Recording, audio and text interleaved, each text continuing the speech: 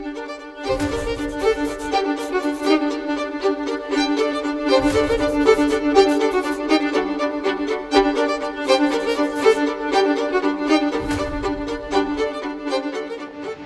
everyone, my name is Szilvi. I'm a lecturer in drama and translation studies here. I teach on the English multidiscipline and performance programs.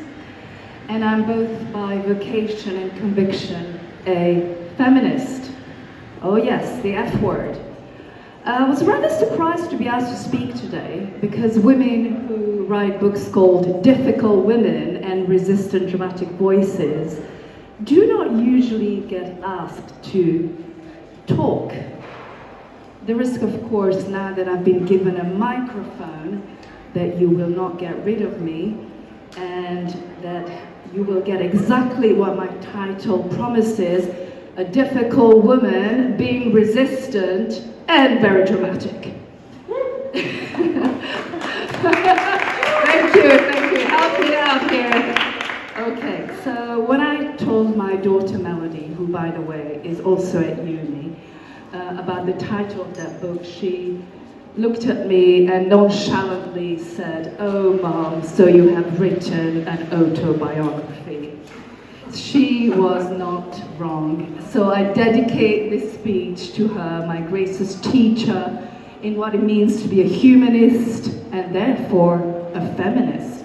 I want to begin with a very important quote that hopefully you will have heard. The personal is political. So this was famously coined by Hainish, and it became foundational to the women's liberation movement. A declaration that women's private struggles are not private at all. They are structural. They are political. They are produced by systemic patriarchal oppression. So, let me be personal. I'm a feminist, a translator, a theatre maker, a scholar. I'm an East European immigrant, I'm menopausal, divorced, a lover, a mother, a daughter, a sister, and I'm very, very, very angry. But if the personal is political, then my anger is not merely personal, is it? It is political. It is anger on behalf of all my sisters, and when I say all, I mean all. All women of every nationality, every age, every religion, every color, every class, every sexuality, every circumstance. Before I continue, I want us to stop.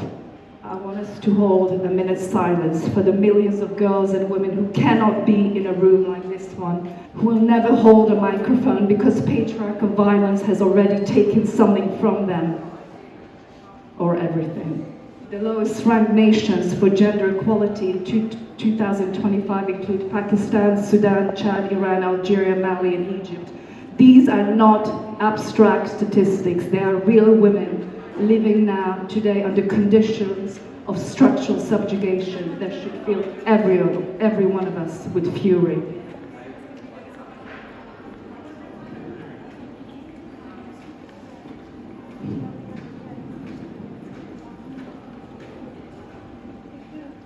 This silence is not ceremony. I demand that we remember. Every time we gather in comfortable rooms, we remember that a feminism which does not reach the women at the very bottom of every hierarchy is not feminism.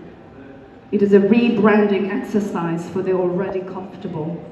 We have to remember that International Women's Day did not begin as a celebration. It did not begin with corporate emails, inspirational graphics. It began in labor movements. Yes, it started organized by the Socialist Party in America in 1909. Later on, in 1917, the women, textile workers in Petrograd, were marching for bread and peace. And it is because of that date that now we are using March the 8th, because of the Russian women striking that day. It was designed to disrupt power, not to decorate it. And here we are in 2026, and International Women's Day is a brand. It's a day of feel-good panels and progressive narratives, statistics cited in boardrooms by the very institutions that reproduce the inequalities being deplored. Corporations issue statements, universities hold events, and then on 9th of March, the world returned to business as usual. International Women's Day without structural policy change is not progress. It is performance.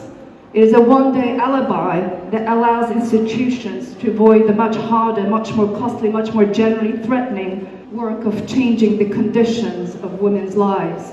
If this day does not generate policy, it is not liberation. I want to be explicit about something. I say this as a white, cisgendered, educated woman who benefits from significant structural privileges, even while navigating others. It must be a day for which women who already have access to education, healthcare, and legal resource congratulate themselves on how far we have come, while erasing the women who have not come anywhere near this far. According to the World Health Organization, approximately 840 million women and girls worldwide have experienced physical or sexual violence at least once in their lifetime. This is not a statistic. This is a civilizational failure.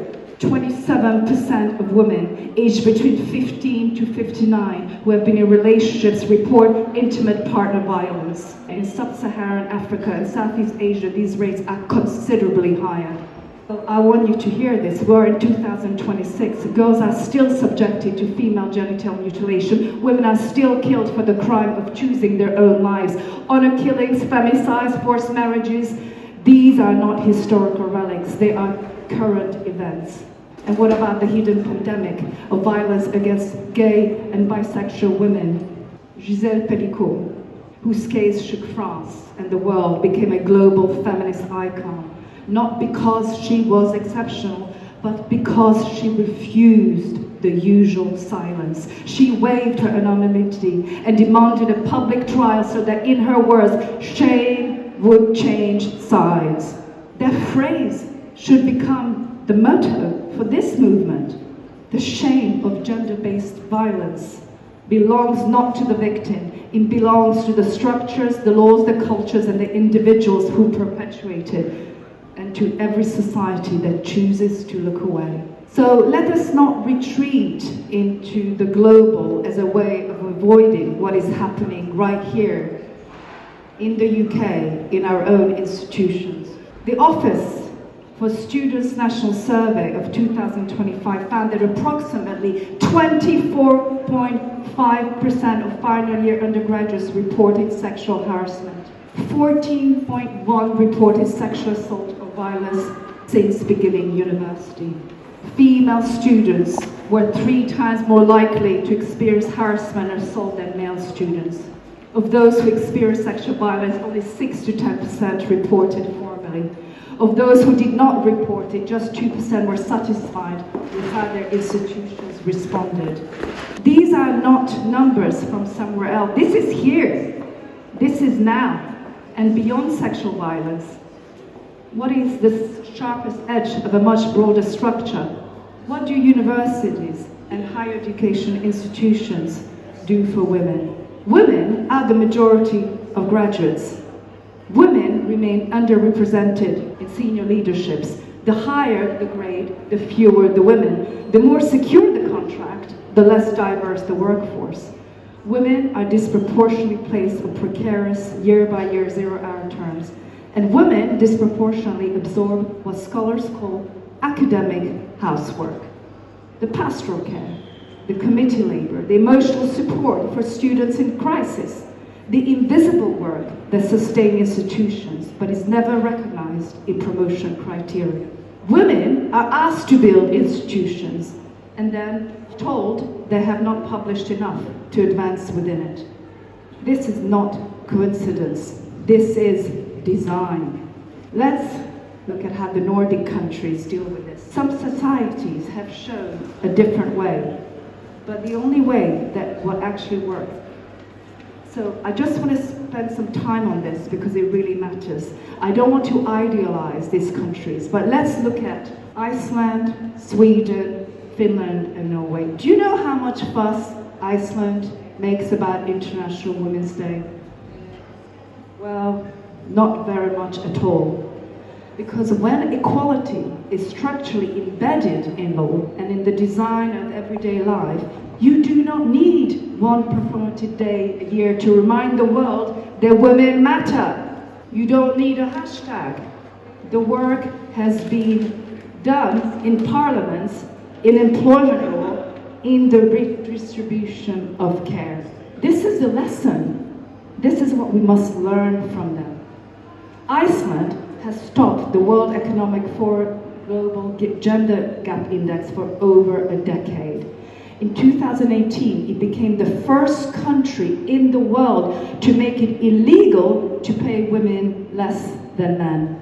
Let me be clear, not to aspire to equal pay, but to make its absence a criminal offense. Employers must prove equity or face penalties. Pay transparency is mandatory. It is not aspiration, it is law. Sweden introduced shared parental leave decades ago, and then went further, introducing the daddy quotas, a reserved portion of parental leave that cannot be transferred to the mother, specifically to dismantle the assumption that childcare is a woman's problem. The result, fathers take leave. Motherhood does not derail careers in the way it does here. The labor market cannot so easily punish women for having children when men are structurally required to share that responsibility. Finland has had universal childcare as a legal right since the 1990s, not as a benefit for those who can afford it, as infrastructure, as fundamental as roads and schools. Finnish women do not face the same catastrophic choice between career and child that women here are still forced to make, because the state decided that care is a collective responsibility, not a private female sacrifice. In these countries, equality is not aspirational language in a strategy document. It is law, it's funded, it becomes the texture of everyday life. Here's the most important point. These countries did not get there by celebrating women more enthusiastically.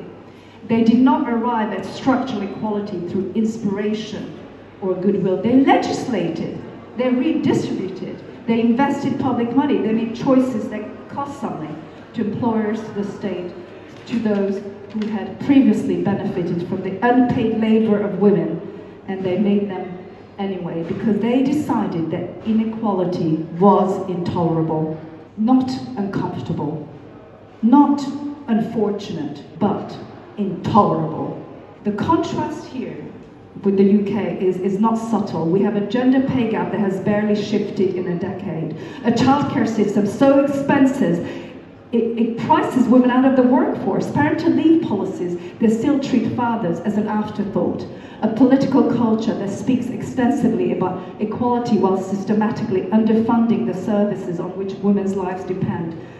Domestic violence shelters, social care, NHS maternity services. Yes, the Nordic countries are not utopias. They have their own failures, on race, on the indigenous Sami women, on migration. A feminism without intersectionality fails even in Scandinavia. But on the fundamental question of whether it's possible to embed gender equality in policy rather than to perform it in speeches, they have answered yes, it is possible. You just actually have to decide to do it. So rights without redesign change very little.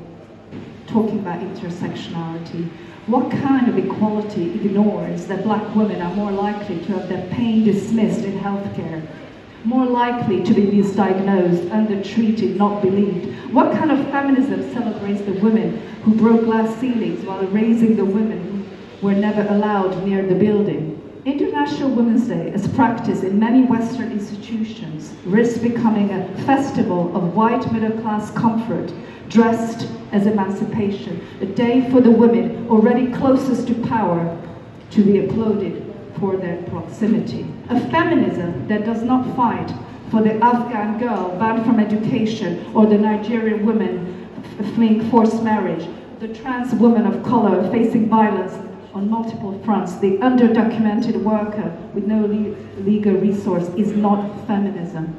I said at the beginning that I'm angry.